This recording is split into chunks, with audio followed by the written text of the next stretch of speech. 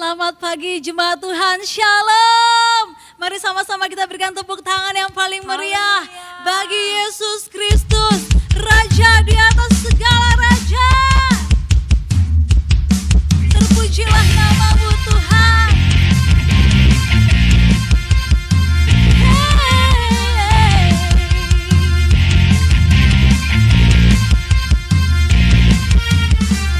Terpujilah nama-Mu Tuhan, kuat dan penuh kemuliaan. Amin. Satu suara kami nyatakan, kebesaran-Mu kekal selamanya. Terpujilah, terpujilah nama-Mu Tuhan, ajaib dan penuh keagungan. Satu hati kami nyatakan, kerajaan-Mu kekal selamanya. Oh, oh,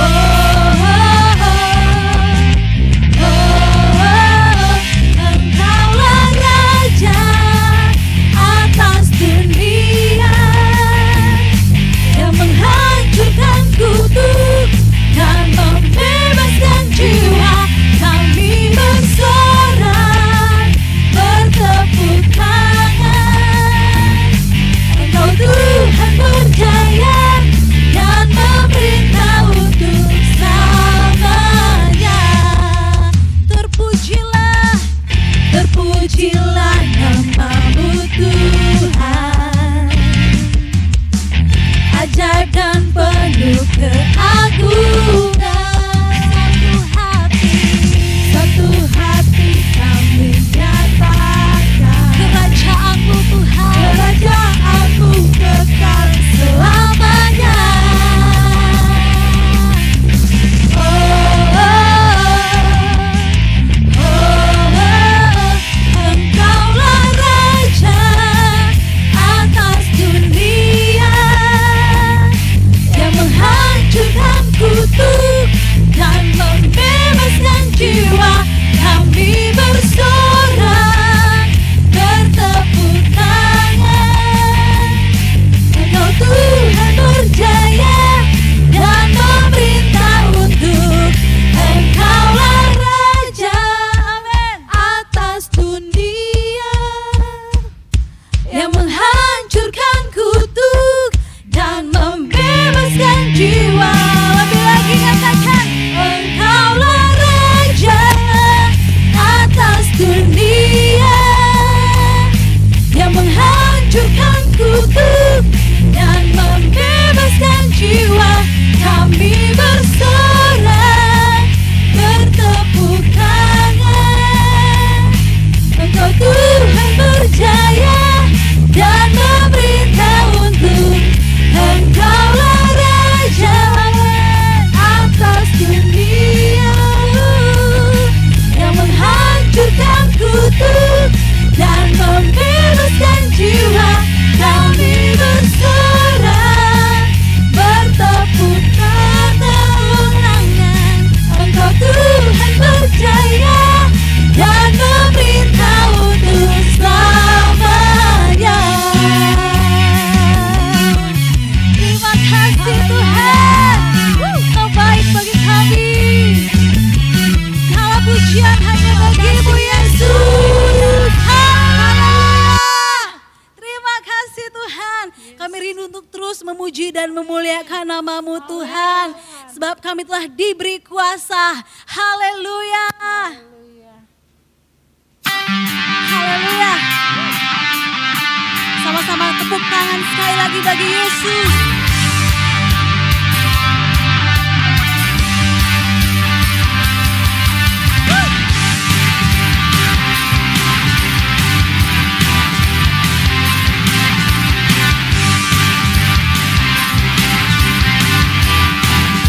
Ku diberi kuasa dari Raja mulia, menaklukkan musuh di bawah kakiku. Ku pakai kuasa dari Raja Mulia. Bila Allah ada bersamaku, siapa jadi lawanku? Sungguh besar Kau Tuhanku, Engkau perisai hidupku. Ku berdiri dengan iman, iman dalam Yesus Tuhan. Kau yang memberi kemenangan, ku bersorak merayakan. Terpujilah Engkau Raja segala raja. Haleluya.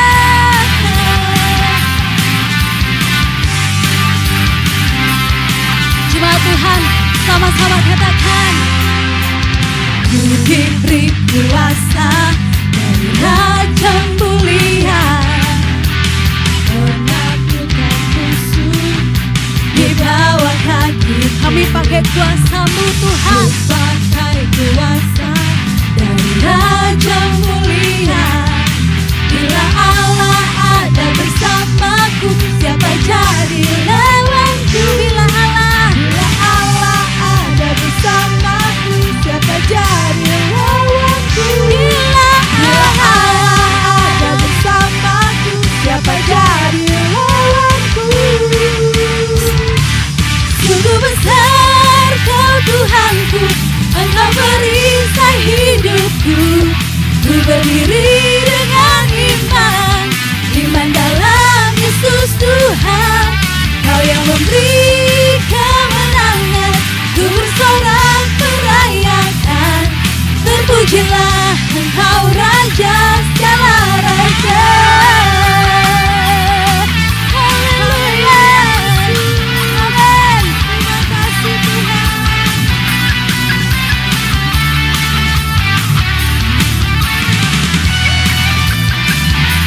Oh, Kau yang layak.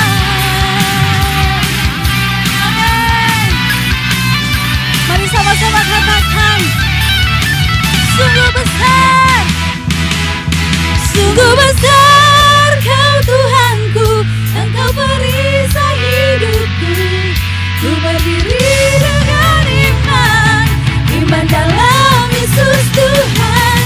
Kau yang memberi kemenangan, ku bersorak merayakan.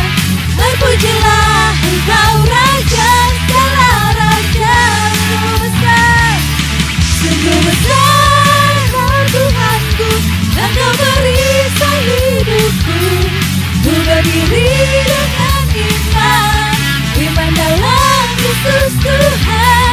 Kau yang memberi kemenangan, ku bersorak merayakan. Terpujilah Engkau Raja segala raja. Terpujilah Engkau Raja segala raja. Terpujilah Engkau Raja segala raja. Terima kasih Yesus. Haleluya. Terima kasih untuk kuasa yang Kau berikan. Haleluya.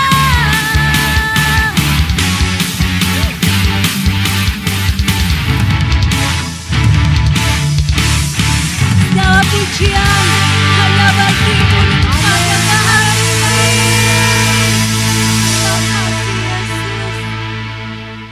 Terima kasih Yesus. Terima kasih Tuhan. Terima kasih untuk kuasa yang telah Engkau berikan bagi setiap kami Tuhan. Terima kasih Tuhan.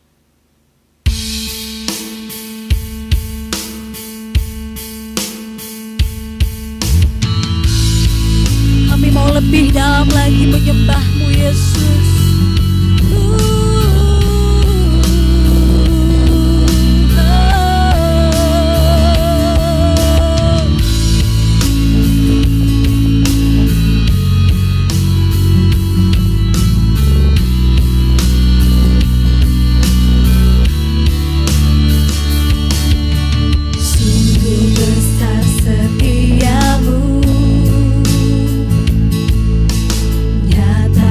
Sepanjang hidup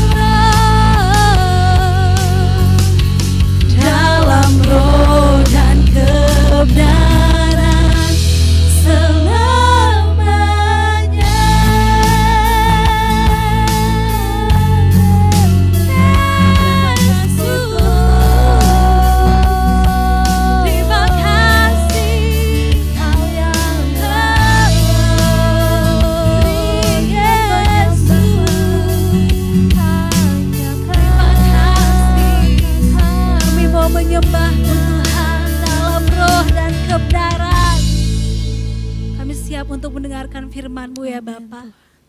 Berkaryalah Tuhan dalam setiap hati kami. Hanya di dalam nama Tuhan kami Yesus Kristus kami sudah berdoa. Haleluya. Amin. Amin.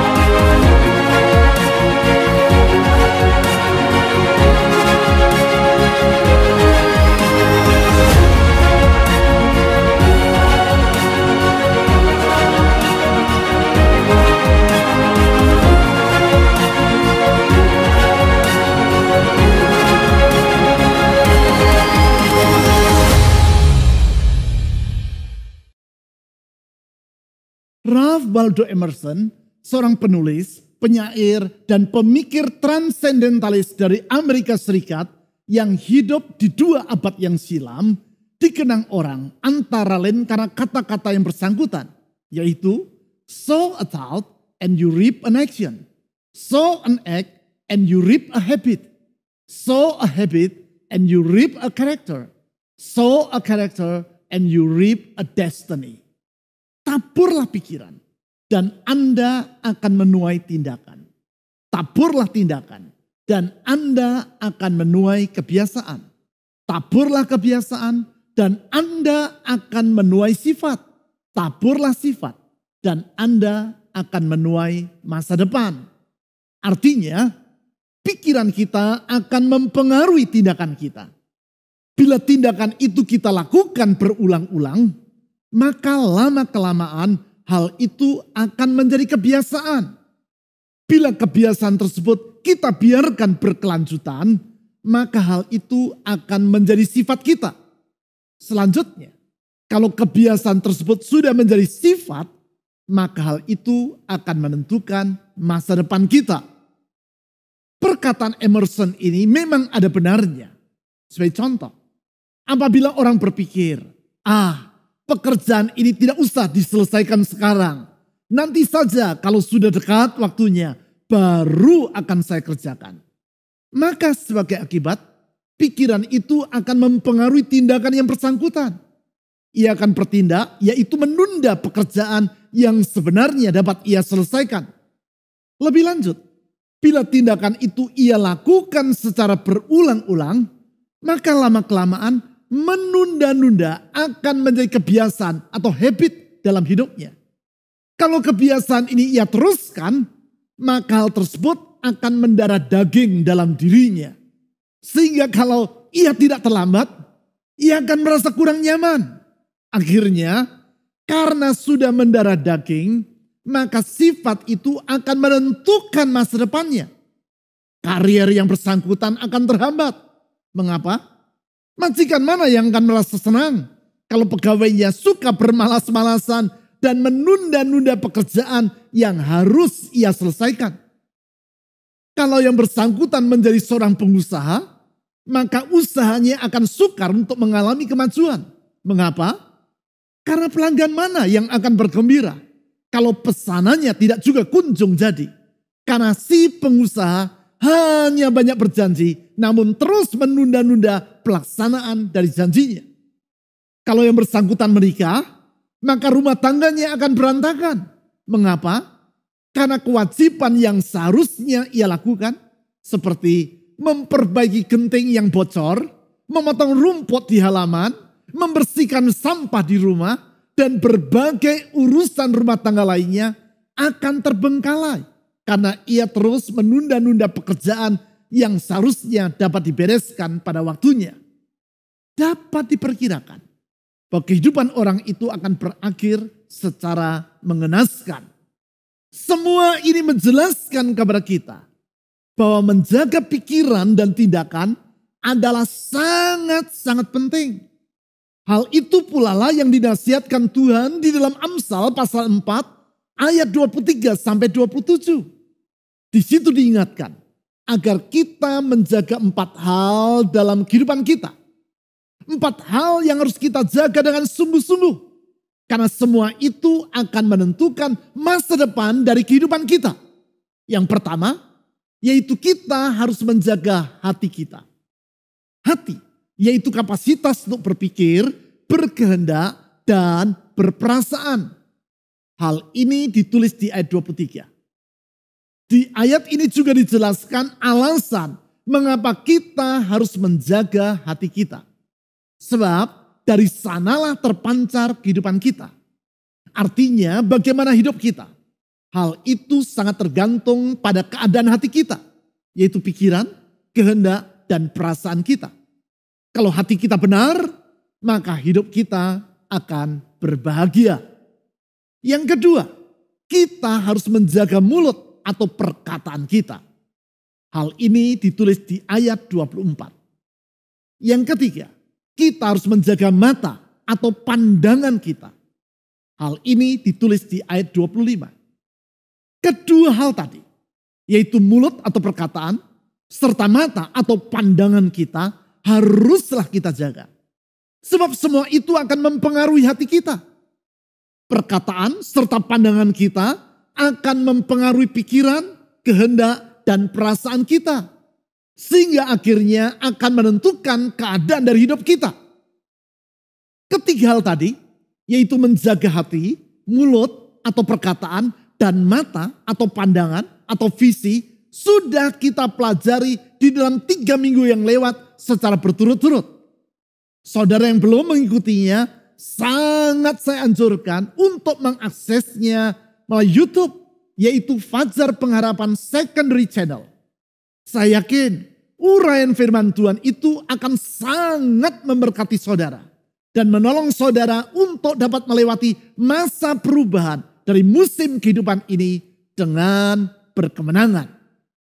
Sekarang yang keempat, kita harus menjaga kaki atau tindakan-tindakan yang kita ambil dalam kehidupan kita. Hal ini ditulis di ayat 26 dan 27 dan akan kita pelajari pada hari ini. Untuk itu saya mengajak saudara membaca ayat-ayat yang sudah saya sebutkan tadi. Dan kita akan membacanya mulai dari ayat 20. Amsal pasal 4 ayat 20 sampai 27. Hai anakku, perhatikanlah perkataanku. Arahkanlah telingamu kepada ucapanku. Janganlah semuanya itu menjauh dari matamu. Simpanlah itu di lubuk hatimu. Di sini, melalui penulis kitab Amsal, Tuhan menempatkan dirinya sebagai seorang bapa yang menasihati anaknya dengan meminta agar sang anak, yaitu kita, memperhatikan dengan sungguh-sungguh nasihat yang ia berikan. Mengapa?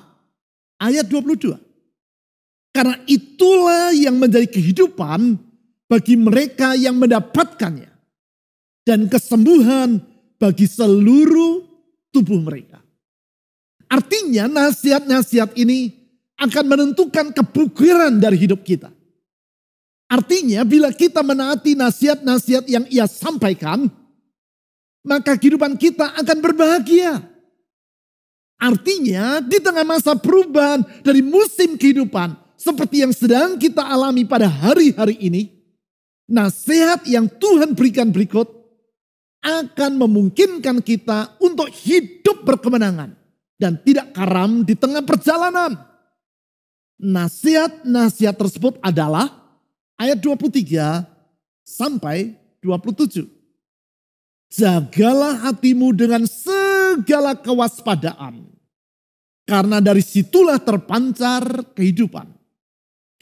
Buanglah mulut serong daripadamu, dan jauhkanlah bibir yang dolak-dalik daripadamu. Biarlah matamu memandang terus ke depan, dan tatapan matamu tetap ke muka. Ketiga ayat ini, yaitu ayat 23 sampai 25, telah kita telaah di dalam 3 minggu yang lewat secara berturut-turut. Yaitu kita harus menjaga hati, mulut, dan mata kita. Sekarang, perhatikan ayat 26 dan 27. tempuhlah jalan yang rata, dan hendaklah tetap segala jalanmu. Janganlah menyimpang ke kanan atau ke kiri. Jauhkanlah kakimu dari kejahatan. Di dalam kedua ayat ini disampaikan 3 nasihat tentang bagaimana kita harus bertindak atau melangkah dalam kehidupan kita. 3 nasihat yang seperti telah diutarakan di ayat 22. Kalau kita perhatikan, kemudian kita simpan dalam lubuk hati kita, dan kita lakukan dalam ketaatan, maka semua itu akan menghasilkan kebugaran dalam hidup kita. Ketiga nasihat tersebut adalah, yang pertama, melangkahlah dengan pertimbangan yang matang. Artinya jangan melangkah secara sembrono atau ceroboh tanpa terlebih dulu memikirkan dampak dari tindakan yang kita lakukan. Tentang hal ini dalam kalimat pertama dari ayat 26 ditulis sebagai berikut. Amsal pasal 4 ayat 26 kalimat pertama. Tempuhlah jalan yang rata. Di dalam bahasa Inggris yaitu NIV atau New International Version Bible, kalimat tersebut diterjemahkan sebagai berikut. Give careful thought to the paths for your feet. Berikan pertimbangan yang hati-hati tentang jalan yang akan ditempuh kakimu. Di dalam bahasa Ibrani, kata careful thought ini adalah palas, yang artinya timbang atau menimbang. Sama dengan ketika orang menimbang, maka antara barang yang ditimbang dengan anak timbangan haruslah sama beratnya. Sehingga neraca itu menjadi seimbang atau rata. Karena itu di dalam Alkitab bahasa Indonesia, kalimat tadi diterjemahkan menjadi tempuhlah jalan yang rata. Give careful thought to the paths for your feet. Berikan pertimbangan yang hati-hati tentang jalan yang akan ditempuh kakimu. Singkat kata, melangkahlah dengan pertimbangan yang matang. Mengapa kita harus melangkah dengan pertimbangan yang matang? Karena langkah yang sembrono akan mendatangkan penyesalan. Karena tindakan yang dibuat secara ceroboh akan membuat kita salah dalam melangkah.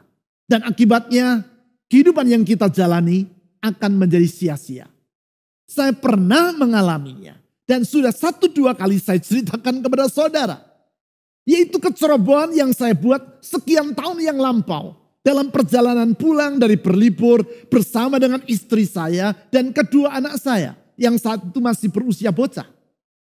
Kami pergi berlibur selama 3 hari di pantai Pangandaran. Dalam perjalanan pulang, saya mengemudikan mobil. Istri saya duduk di samping kiri saya dan kedua anak saya duduk di bangku belakang. Keluar dari pintu gerbang Pangandaran, saya melihat jalan bercabang ke kanan dan ke kiri. Saya lupa. Ketika datang ke Pangandaran 3 hari sebelumnya, jalan mana yang saya tempuh? Jalan yang di kanan atau yang di kiri? Tanpa berpikir panjang. Tanpa berunding dengan istri saya. Ataupun bertanya kepada orang lain. Saya langsung membelokkan mobil saya ke jalan yang di sisi kiri. Sekitar 20 menit perjalanan, istri saya berkata, rasanya 3 hari yang lalu waktu kita datang ke Pangandaran, kita tidak lewat daerah ini. Perkataan ini sangat menyinggung hati saya. Sebab ini sama dengan istri saya berkata, kamu salah jalan. Jelas tidak mungkin saya salah jalan. Laki-laki tidak pernah keliru dalam mengambil jalan. Saya jawab, bagaimana kamu tahu bahwa kita tidak lewat daerah ini? Bukankah dalam perjalanan ke Pangandaran, kamu tidur terus di sepanjang perjalanan? Jelas kita melewati daerah ini. Saya tidak lupa akan hal itu. Istri saya tertunduk dan diam tidak membantah. Ia merasa bersalah karena 3 hari yang lalu telah tidur di sepanjang perjalanan sementara suaminya mengemudikan mobil. Dia juga merasa sangat bersalah karena telah beranggapan bahwa suaminya tidak tahu tentang arah yang benar. 20 menit perjalanan berikutnya, istri saya dengan hati-hati berkata kepada saya, apakah tidak sebaiknya kita bertanya kepada orang arah mana yang seharusnya kita tempuh kalau kita akan pulang ke Bandung? Perkataan istri saya ini lebih menyinggung hati saya. Sebab itu artinya kamu tidak tahu dan orang lain lebih tahu daripada kamu. Jelas laki-laki tahu segalanya. Sehingga bagi seorang laki-laki bertanya tentang arah jalan kepada orang lain merupakan suatu pelecehan terhadap harkat dari dirinya. Oleh karena itu saya langsung berkata kepada istri saya, tidak usahlah. Pasti orang yang kita tanya akan menjawab, ini sudah benar Pak. Arah yang Bapak tempuh sudah benar. Artinya bertanya kepada orang lain hanya membuang-buang waktu saja. Saudara-saudari, dengarkan saya. Laki-laki yang sejati tidak suka membuang-buang waktu untuk hal-hal yang tidak berguna. Seperti bertanya tentang arah jalan kepada orang lain. Kami berjalan 20 menit lagi. Saya mulai merasa bahwa pemandangan di sepanjang jalan yang sedang kami lewati cukup berbeda dengan yang kami lalui 3 hari yang lalu. Oleh karena itu, sebelum istri saya kembali menyuruh saya untuk bertanya kepada orang tentang arah jalan yang benar, saya berkata kepada dirinya, tujuan kita dalam berlibur adalah untuk mendidik anak-anak kita agar mereka berani menghadapi hal-hal yang baru. Sebab kalau mereka tidak pernah berpetualang dan melewati tantangan, bagaimana mereka akan mampu menghadapi hari esok yang penuh dengan kesulitan. Jadi sengaja saya memilih jalan yang berbeda ini demi kebaikan dari masa depan anak-anak kita. Istri saya hanya mengangguk-angguk membenarkan perkataan saya yang sangat bijak itu. Jadi saudara-saudari, dengarlah. Kalau laki-laki berpetualang, itu adalah demi kebaikan dari masa depan keluarganya. 20 menit berikutnya, jalan menjadi semakin sempit dan rusak. Sehingga saya berkata kepada istri saya, jalan ini adalah jalan yang benar. Namun merupakan jalan pintas menuju ke kota Bandung. Jalan pintas selalu lebih sempit dan rusak. Oleh karena itu ada baiknya kita bertanya kepada orang, adakah jalan pintas yang lain yang tidak sesempit dan serusak ini? Saudara tentu tahu akhir dari kisahnya. Saya harus berputar kembali ke arah yang berlawanan. Kembali ke arah pintu gerbang Pangandaran agar dapat pulang ke Bandung. Hampir 3 jam terbuang sia-sia hanya karena kecerobohan saya. 3 jam terbuang secara sia-sia karena saya melangkah tanpa pertimbangan yang matang. Tetapi berdasarkan keputusan yang dibuat secara tergesa-gesa.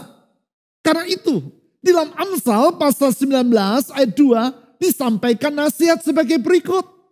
Amsal 19 ayat 2. Tanpa pengetahuan, kerajinan pun tidak baik. Perhatikan. Orang yang tergesa-gesa akan salah langkah. Orang yang melangkah secara tergesa-gesa akan salah langkah. Oleh sebab itu, give careful thought to the path for your feet. Berikan pertimbangan secara hati-hati tentang jalan yang akan ditempuh kakimu. Singkat kata, melangkahlah dengan pertimbangan yang matang. Sekarang nasihat yang kedua, yaitu melangkahlah dalam kebenaran. Mengapa kita harus melangkah dengan pertimbangan yang matang? Hal ini bukan sekadar agar kita menimbang dari sisi untung atau rugi. Namun kita harus menimbang apakah jalan yang kita tempuh merupakan jalan yang benar. Artinya walaupun kelihatannya menguntungkan, Kalau hal itu bukan hal yang benar, janganlah kita menempuh jalan itu. Sebagai contoh, menipu orang. Walaupun dengan menipu kita akan mendapatkan keuntungan yang besar, namun karena kita tahu bahwa menipu bukanlah hal yang benar, maka janganlah menempuh jalan itu. Nasihat ini ditulis di ayat 27 sebagai berikut. Amsal pasal 4 ayat 27. Janganlah menyimpang ke kanan atau ke kiri. Jauhkanlah kakimu dari kejahatan. Jangan menyimpang kalau kita tahu bahwa langkah tersebut akan membawa kita kepada kejahatan. Artinya berjalanlah dalam kebenaran. Kebenaran yang mana? Karena di zaman sekarang kebenaran seringkali bersifat relatif. Apa saja yang menyenangkan, apa saja yang menghasilkan, apa saja yang menguntungkan, itulah yang dianggap sebagai kebenaran. Kalaupun yang saya lakukan merugikan orang lain, asal itu membuat saya senang, maka itulah kebenaran. Kalaupun yang saya lakukan adalah melanggar peraturan, asal hal itu menghasilkan, maka itulah kebenaran. Kalaupun tindakan saya bertentangan dengan firman Tuhan, kalau langkah yang saya tempuh menguntungkan diri saya secara jasmaniah, maka itulah kebenaran. Jangan heran, di zaman sekarang orang yang benar dianggap sebagai orang yang bodoh. Sedangkan orang yang hidup menyimpang ke kiri dan ke kanan, dialah yang disebut jagoan. Oleh karena itu, kita harus mengingat nasihat dalam Amsal pasal 14 ayat 12. Yaitu, ada jalan yang disangka orang lurus, tetapi ujungnya menuju maut. Nasihat ini menegaskan agar kita tidak hidup berdasarkan sangkaan atau pertimbangan pribadi. Sebab apa yang kita sangka lurus, apa yang kita sangka benar, bisa jadi justru akan mencelakakan diri kita. Acuan kebenaran yang sejati adalah firman Tuhan. Karena Tuhan adalah pribadi yang maha benar. Sehingga firman-Nya adalah kebenaran. Firman-Nya itulah yang harus menjadi patokan atau tolak ukur kebenaran bagi hidup kita. Berjalan di dalam jalur kebenarannya, maka kita tidak usah mengalami musibah yang tidak harus kita alami. Pentingnya firman Tuhan sebagai tolak ukur dan berjalan tidak menyimpang ke kanan atau ke kiri dari tolak ukur kebenaran ini dapat kita lihat dari penemuan John McCarroll 100 tahun yang lalu bagi keselamatan lalu lintas. John adalah seorang perawat yang kemudian menjadi seorang dokter di daerah California.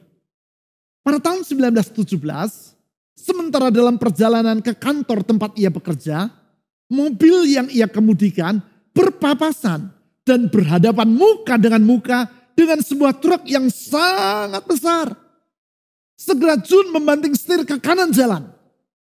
Dan untung truk itu membanting setir ke kiri jalan. Sehingga mereka dapat menghindari kecelakaan yang hampir saja merenggut nyawa John McCarroll.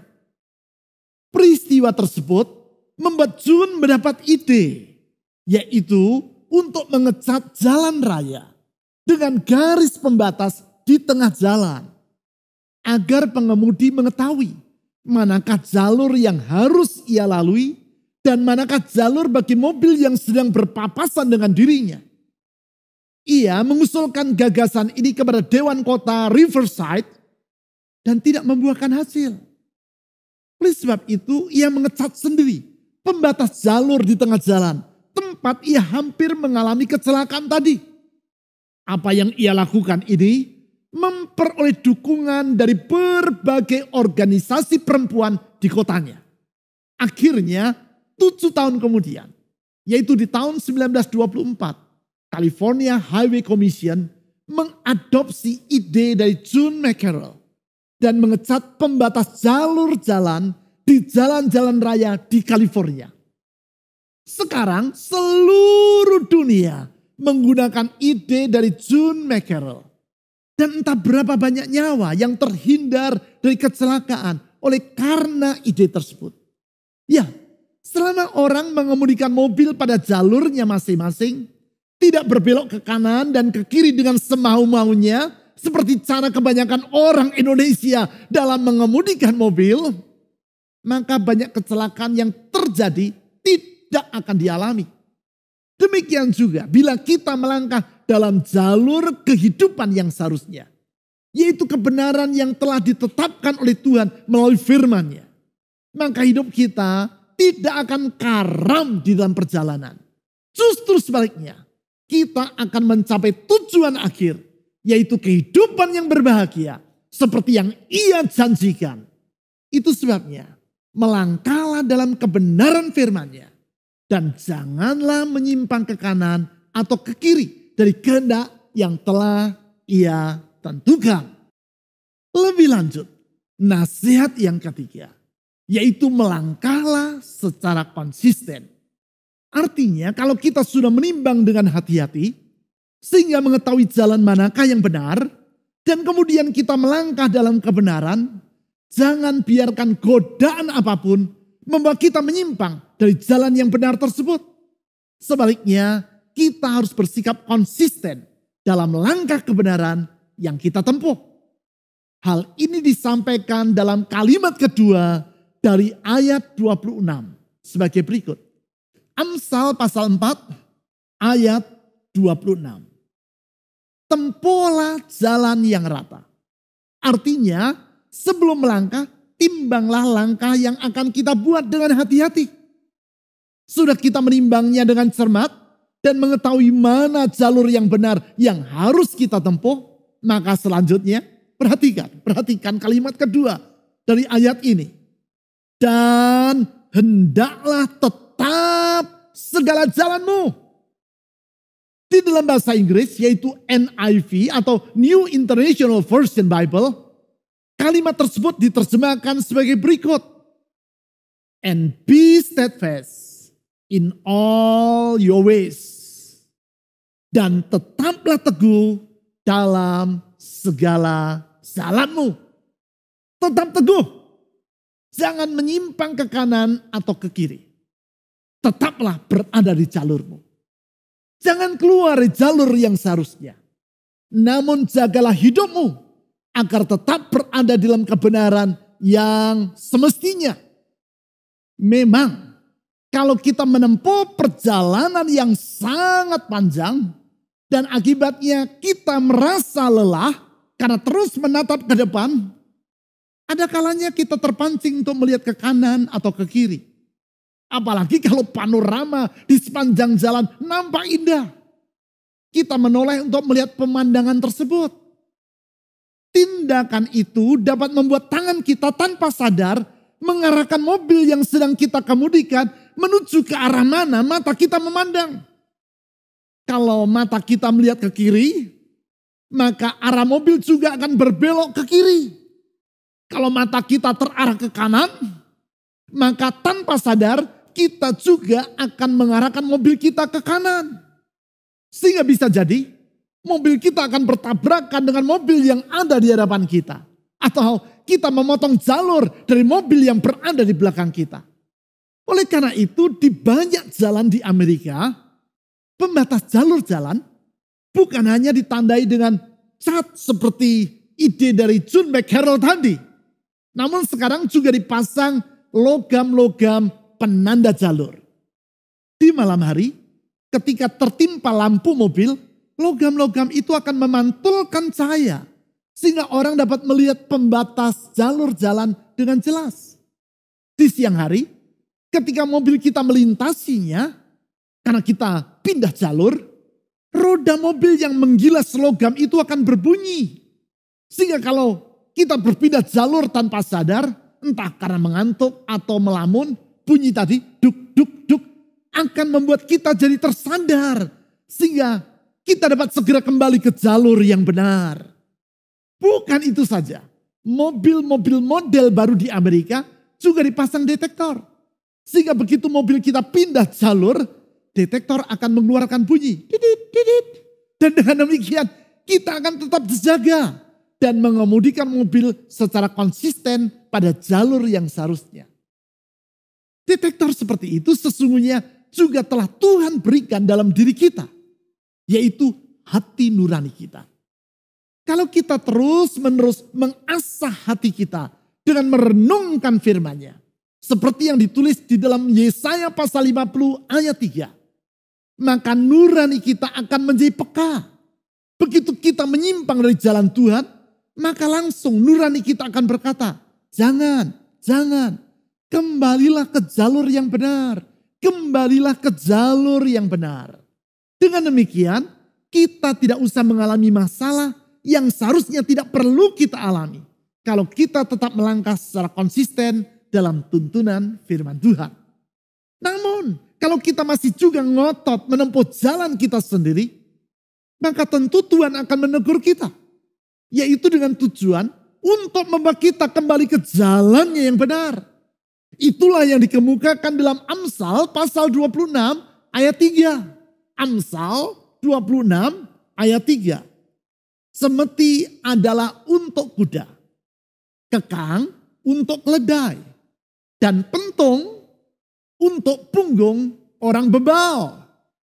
Kalau kuda menyimpang dari jalan yang seharusnya, maka sais akan menggunakan semeti untuk mengingatkan dirinya. Kalau keledai berjalan menurut maunya sendiri, maka kusir akan menarik kekang di mulut sang keledai. Namun bila manusia dalam kebebalannya ngotot tidak mau mendengarkan peringatan Tuhan yang ia sampaikan melalui firman dan rohnya yang berbicara di hati nurani kita, maka terpaksa pentung akan ia jatuhkan pada punggung kita. Hal tersebut bukan karena ia membenci kita, namun untuk mengingatkan kita agar kita melangkah secara konsisten dalam kebenarannya. Pentung dalam bentuk masalah, kesulitan yang seharusnya tidak usah kita alami. Oleh karena itu kembali saya mengingatkan saudara, mari kita menajamkan telinga hati kita dengan merenungkan firman Tuhan. Praktikkan langkah berdiam diri di hadapan Tuhan atau solitude yang telah saya ajarkan di minggu-minggu yang lewat. Lakukan ibadah harian setiap hari secara konsisten. Sehingga hati nurani kita akan terasah. Gunakan buku penuntun ibadah harian yang telah tersedia untuk menolong saudara dalam melakukan ibadah harian. Dengan demikian, saudara dapat menjalani kehidupan ini dalam kehidupan yang bugar. Seperti yang dijanjikan dalam Amsal pasal 4 ayat 20-22 tadi. Itulah kehidupan yang limpah dalam keberhasilan dan kebahagiaan. Itulah kehidupan yang dapat melalui masa pancaroba ini dalam kemenangan. Di sepanjang bulan ini, kita telah mempelajari 4 hal yang harus kita jaga dalam hidup kita. 4 hal yang harus kita jaga dengan segala kewaspadaan. Keempat hal tersebut adalah yang pertama, hati kita. Yaitu pikiran, kehendak, dan perasaan kita. Yang kedua, yaitu mulut atau perkataan kita. Yang ketiga, yaitu mata atau pandangan atau visi atau tujuan dalam hidup kita. Yang keempat, yaitu kaki atau langkah dan tindakan-tindakan kita. Dengan menjaga keempat hal tersebut, yaitu agar kesemuanya selaras dengan kebenaran firman Tuhan, maka kita akan menyongsong masa depan yang penuh dengan pengharapan seperti yang telah Tuhan janjikan. Dia, Tuhan Yesus, adalah pribadi yang kuasanya tidak terbatas, sehingga ia mampu untuk menggenapi firman-Nya. Dia, Tuhan Yesus, adalah pribadi yang setia. Ia tidak pernah mengingkari firman-Nya.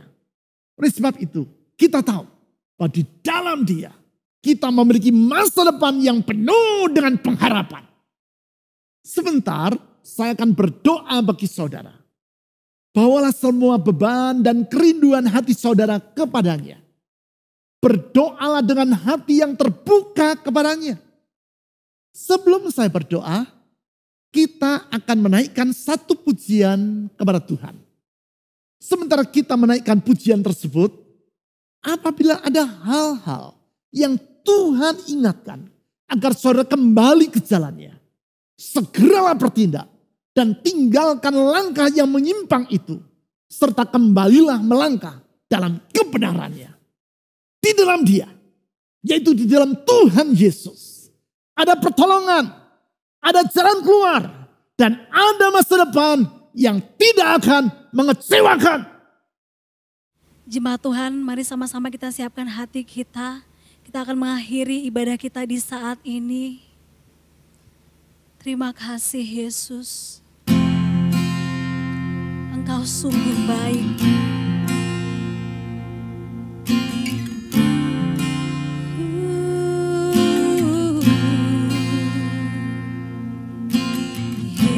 Yesus, Kau sungguh baik. Yesus, nama-Mu indah. Yesus, ku cinta Kau selalu. Ku tinggikan, ku agungkan selamanya. Yesus, Kau sungguh baik. Yesus, nama-Mu indah. Yesus, ku cinta Kau selalu. Ku tinggikan, ku agungkan selamanya. Ku mau memuji-Mu, ku selalu puji-Mu. Ku mau menyembah-Mu, ku selalu sembah-Mu. Kau yang layak terima semua pujian, kemuliaan hanya bagi Tuhan. Terima kasih Yesus. Yesus, Kau sungguh baik. Yesus, nama-Mu indah. Oh Yesus, ku cinta Kau selalu. Ku tinggikan, ku agungkan selamanya. Ku mau memuji-Mu, ku selalu puji-Mu. Ku mau menyembah-Mu, ku selalu sembah-Mu. Kau yang layak terima semua pujian, kemuliaan hanya bagi Tuhan. Ku mau memuji-Mu, Yesus, ku selalu puji-Mu. Ku mau menyembah-Mu,